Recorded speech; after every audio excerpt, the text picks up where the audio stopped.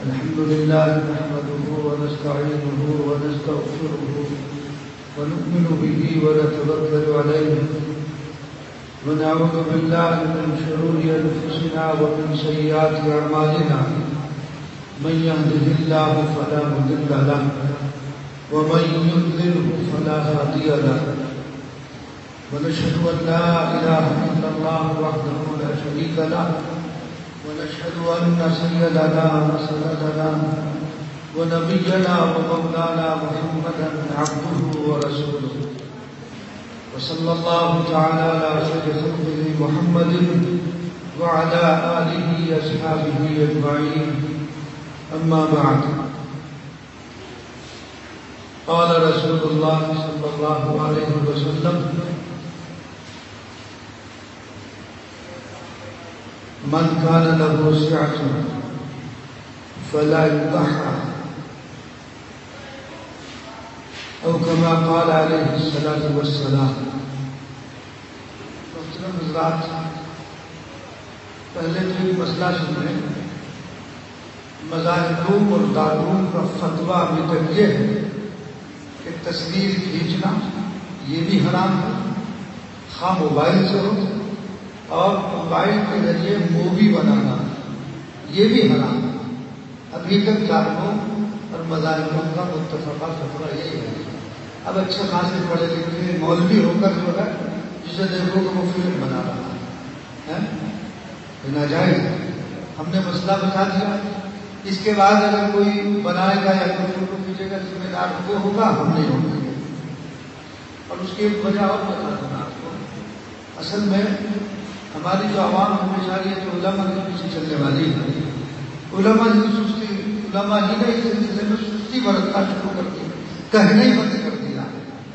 جب روک نہیں ہوگی، منع نہیں کیا جائے گا، لوگ دھڑلے سے پیچھے نہیں. اور مولانا صاحب کی اسٹیج پہ بیٹھ کے چوڑے ہو کے وہ بھی سوچ رہے کہ میری مووی بن رہی ہے، انٹرنیٹ پہ ڈالا جائے گا، یوٹیوب پر ڈالا جائے گا، میرا پروگرام آئے گا، دنیا دیکھے گی. وہ بھی سمجھ رہا ہے. تو اس لیے متفقہ فتویٰ ہے یہ جائز نہیں ہے. نہ ہمیں بھیا شوق ہے یوٹیوب پہ آنے کا، نہ وہ اس پر جو ہے گوگل پہ آنے کا شوق ہے. ہم تو دین کی بات اللہ کے لیے بتا دیتے ہیں. مجھ سے کہا ہی گیا تھا کہ 10:30 بجے ختم ہو جائے گا، آپ کا بیان ہوگا. کیونکہ میرا معمول آج کل 11-11:15 بجے اپنا سو جانے کا ہے. صبح کو جلدی اٹھ جاؤ اور جب اسی وقت 11-12 بجے تو صبح کو وہاں کیسے کھلے گی؟ ہمارے یہاں مساجدوں میں مشکل سے آپ ہر جگہ جا کر دیکھ لیجیے ایک سب مشکل سے سب پڑے ہوئے سوئے رہتے ہیں. عام دنوں میں جائے کہ جلسہ ہو کہ رات کو صاحب جلسہ سن کر آئے اور دیر ہو گئی تھی، جلسے کو بہانا بنا دیا. تو اس لیے اگر جلسہ کیا جائے آج کے تو موسم چل رہا ہے 9 بجے 9:15 نماز ہونے لگی، 11 بجے حد ہے کہ ختم ہو جائے. ایسی صورت میں سننے میں مزہ آتا ہے اور نہ سنانے والے کی طبیعت میں جو ہے کچھ سی آتی ہے. قاری صاحب نے جو رکوع پڑھا تھا، میرا ارادہ تھا کہ آپ کے سامنے حضرت ابراہیم علیہ السلام کا پورا واقعہ میں تفصیل بیان کرنا، لیکن اب اس کا موقع نہیں رہا. اب چونکہ یہ مجلس قرآن کریم کے سلسلے میں منعقد ہوئی تھی، جی تو یہ چاہ رہا تھا کہ قرآن سے متعلق کچھ باتیں بیان کی جائے، لیکن چونکہ عید الاضحیٰ کا موسم قریب ہے تو اس سے متعلق بس مسائل میں تقریر نہیں، صرف مسائل کی حد تک کہ ضروری جو مسائل ہیں اس کا یہ معلوم ہو جائے.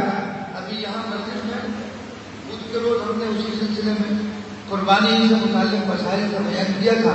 کچھ لوگ یہاں بھی موجود ہوں گے تو ان کو کر جب کوئی بات سامنے آئے گی اور اوقات نفس ہو جائے گی تو ہم صرف وہ مسائل بیان کریں گے، تقریر کریں گے.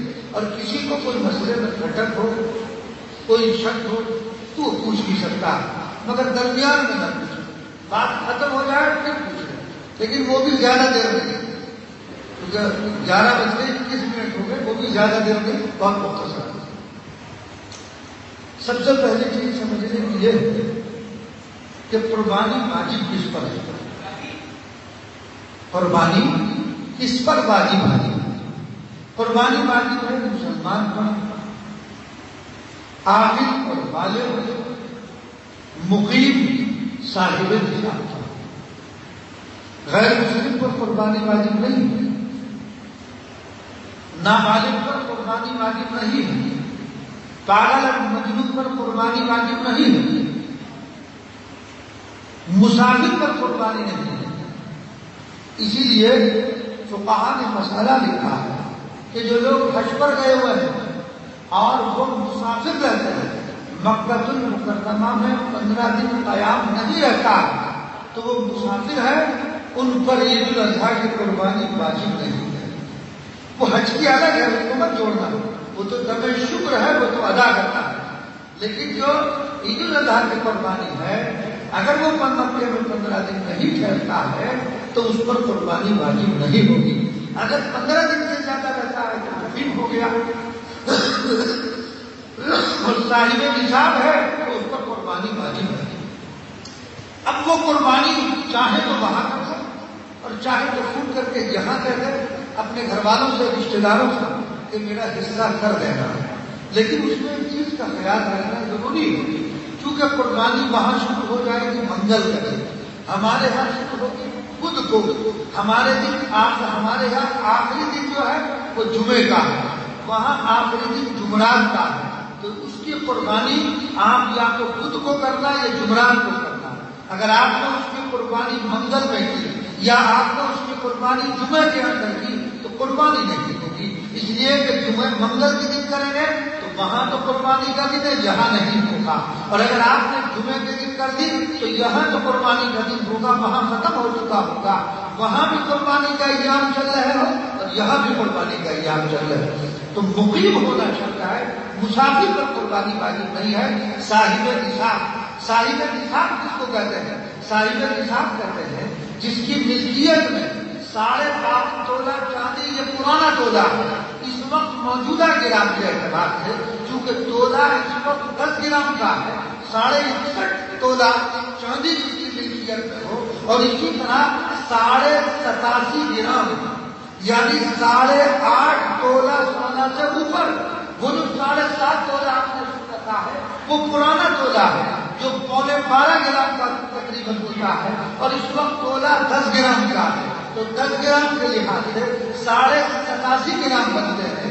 تو جس کی ملکیت میں 61.5 تولہ چاندی ہو یا 87 گرام سونا ہو، یا دونوں کو ملا کر چاندی کا نصاب پورا ہو جائے، اور چاندی اس وقت جو ہے آج کے ریٹ کے اعتبار سے اگر آپ اس کا حساب لگائیں تو 61.5 تولہ کو 450 روپے سے ضرب دے دو تو آپ اندازہ لگائیے تقریباً 26 سے 27 ہزار روپے بیٹھے ہیں. تو اتنی ملکیت جس کی ہوگی وہ آدمی صاحب نصاب ہے، اس پر قربانی واجب ہے.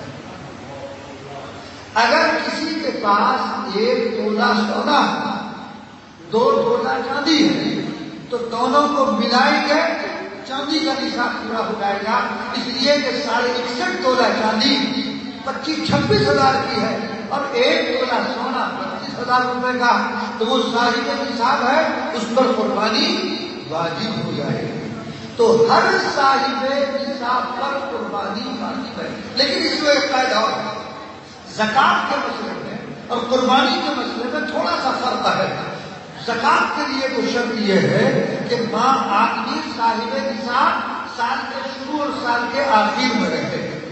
جیسے مثال کے طور پر ایک آدمی پہلے رمضان کو مالدار ہوا، 30,000 روپے اس کی ملکیت میں آ گئے. اب آئندہ سال پہلا رمضان آیا، 30,000 روپے اس کی ملکیت میں ہے تو 2.5% زکات دے دے گا. اور قربانی کے اندر یہ ہے کہ اگر 3 دنوں میں صاحب نصاب ہو گیا تو اس پر قربانی واجب ہوگی.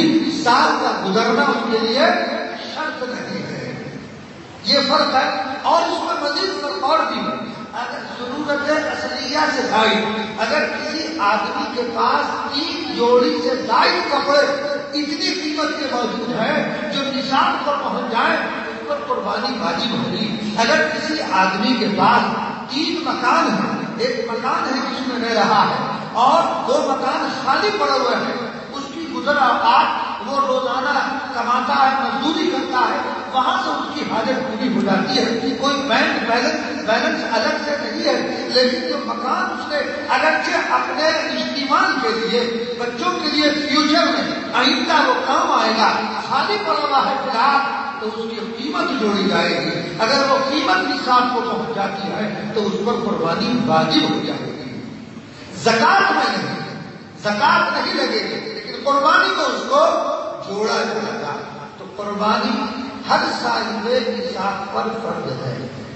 ایک بات ہو گئی.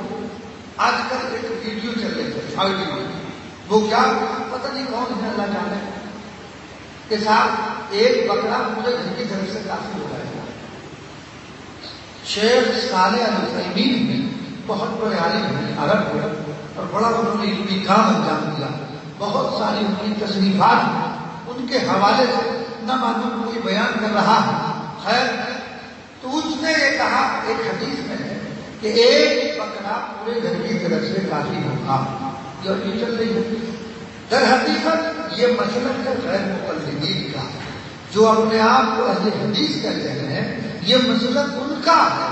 میں نے جو اپنی روایت آپ کے سامنے پڑھی، آج رسول اللہ صلی اللہ علیہ وسلم نے ارشاد فرمایا، حضرت ابو ہریرہ رضی اللہ تعالیٰ راوی ہوئی، فرمایا من کان لہ سعہ، جو شخص صاحب وسعت ہے، فلا یضحی، وہ قربانی نہ کرے، باوجود وسعت کے قربانی نہیں کرتا، تو آقا دو جہاں جناب محمد رسول اللہ صلی اللہ علیہ وسلم نے ارشاد فرمایا فلا یقربن مصلانا، وہ ہماری عیدگاہ میں نہ آئے، وہ ہماری عیدگاہ کے قریب بھی نہ پڑھے جو وسعت کے باوجود قربانی نہیں کر رہا.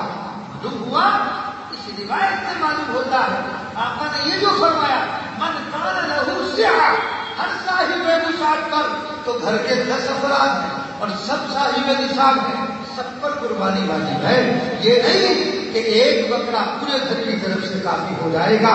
ورنہ اگر یہ بات کی تو رسول اللہ صلی اللہ علیہ وسلم نے ایک مینڈھا پوری امت محمدیہ صلی اللہ علیہ وسلم کی طرف سے قربان کیا. پھر تو اس کا مطلب یہ ہے پوری دنیا میں ایک جانور ذبح کر دیا جاتا، سب کی طرف سے کافی ہو جاتا. وہ جو ایک بکرا پورے گھر کی طرف سے کافی ہے، یا ایک بیٹھا پوری امت کی طرف سے کافی ہے، وہ ثواب ہے.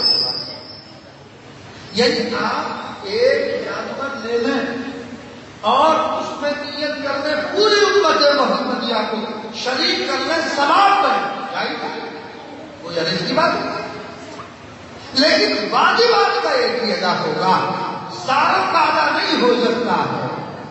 ایک مرتبہ کا واقعہ ہے، صحابہ فرماتے ہیں ہم نبی کریم صلی اللہ علیہ وسلم کے ساتھ، ہم نے حضور کے ساتھ قربانی کی. نہرنا مع رسول اللہ صلی اللہ علیہ وسلم فی عام الحدیبیہ، ہم نے حدیبیہ کے ساتھ میں رسول اللہ صلی اللہ علیہ وسلم کے ساتھ قربانی کی. تو آقا نے فرمایا الابل عن السبع والبقر عن السبع، آپ نے فرمایا اونٹ 7 آدمیوں کی طرف سے اور گائے 7 آدمیوں کی طرف سے.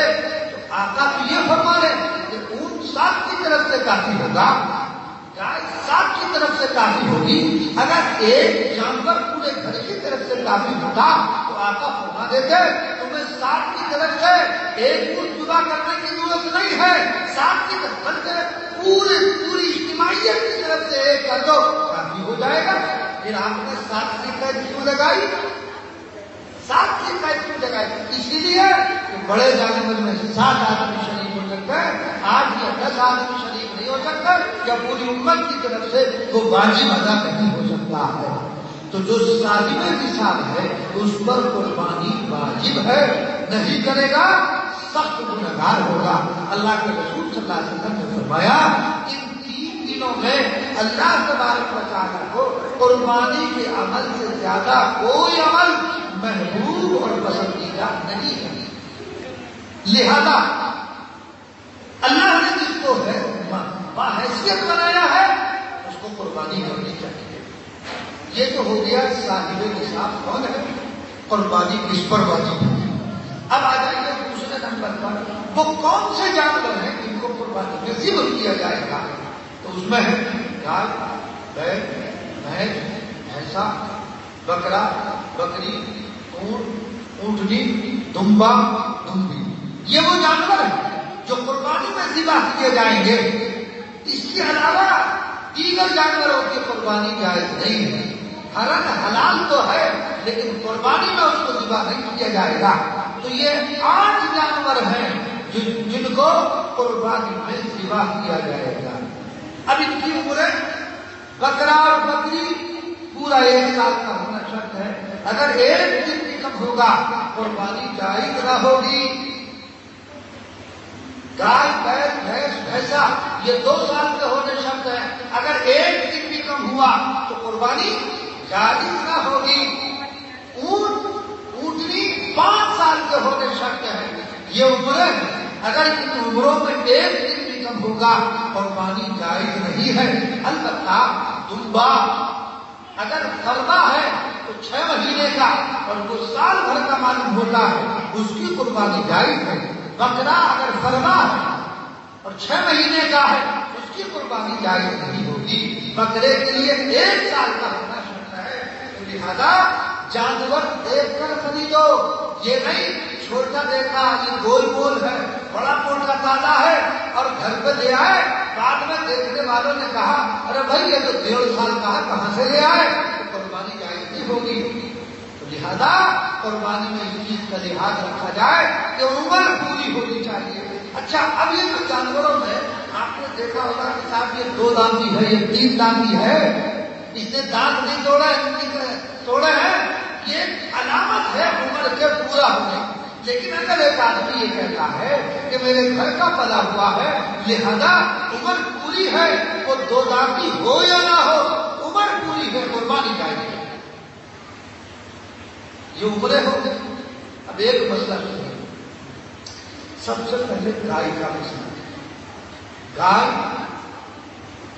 یہ حلال جانور ہے.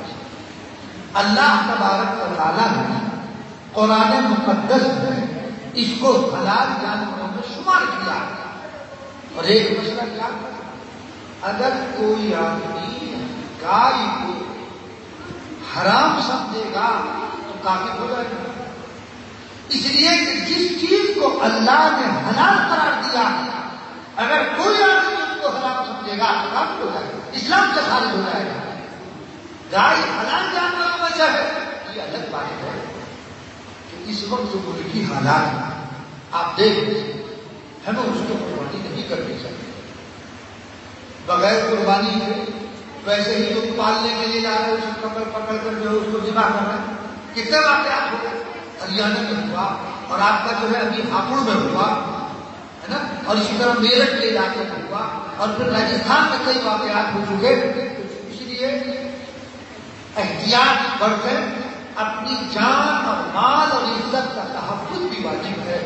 لہذا سفید جانور کی قربانی نہ کریں. اللہ تبارک و تعالیٰ نے ہمیں جب دوسرے حلال جانور عنایت کر رکھے ہیں کیا ضرورت ہے اپنے آپ کو مصیبت میں ڈالنا. تو 2 باتیں ہیں. ایک بات تو یہ ہوں کہ حلال جانور ہے.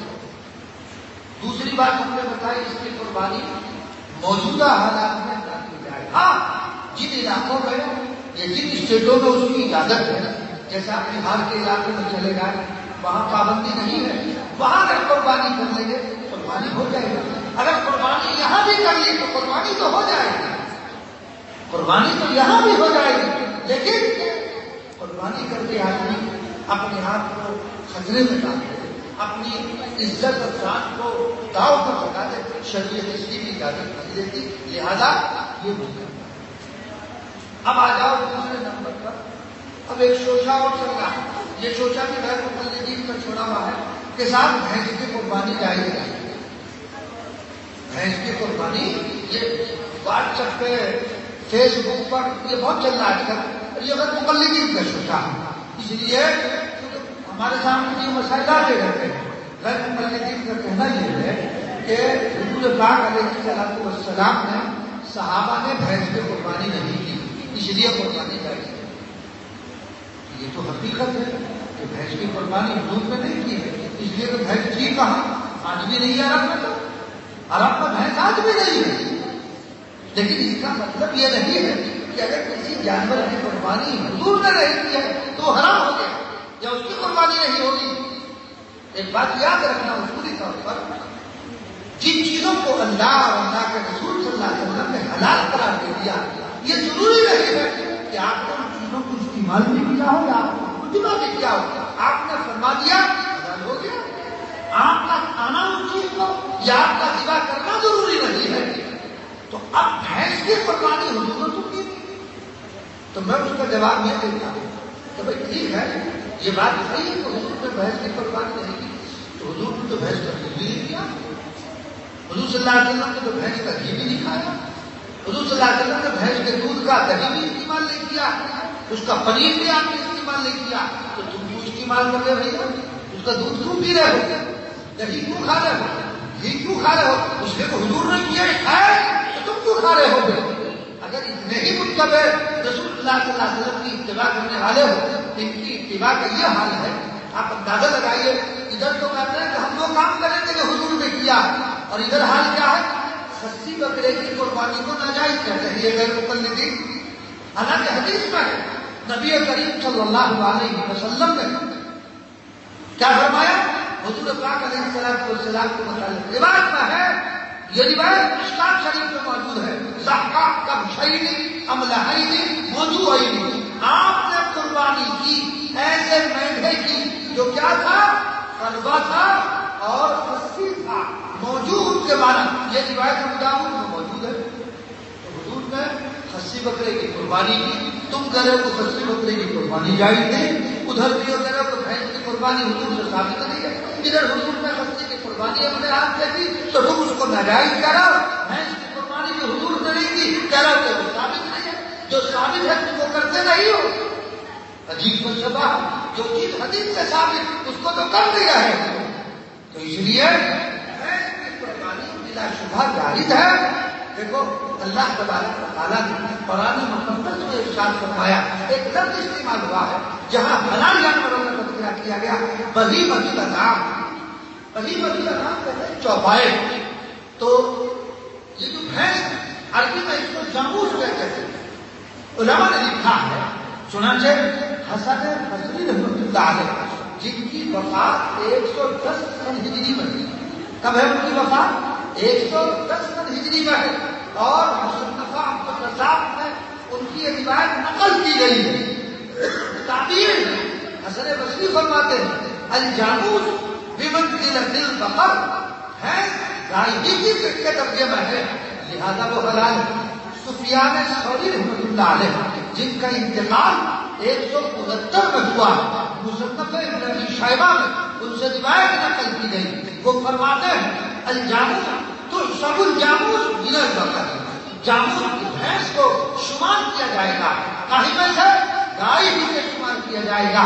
اور اسی طرح امام مالک رحمۃ اللہ علیہ جن کا انتقال 179 ہجری میں ہے، وہ اپنی کتاب موطا امام مالک میں لکھتے ہیں کأنہا بقر، گویا کہ جاموس جو ہے یعنی بھینس کیا ہے؟ گائے، یعنی گائے کے درجے میں ہے. لہذا جب یہ بات معلوم ہو گئی، جو اہل زبان ہے وہ یہ کہہ رہے ہیں کہ جاموس گائے کے درجے میں، گائے ہی کی قسم ہے، وہ اسی کے ایک نوع ہے. کیا ہے اس کی قربانی؟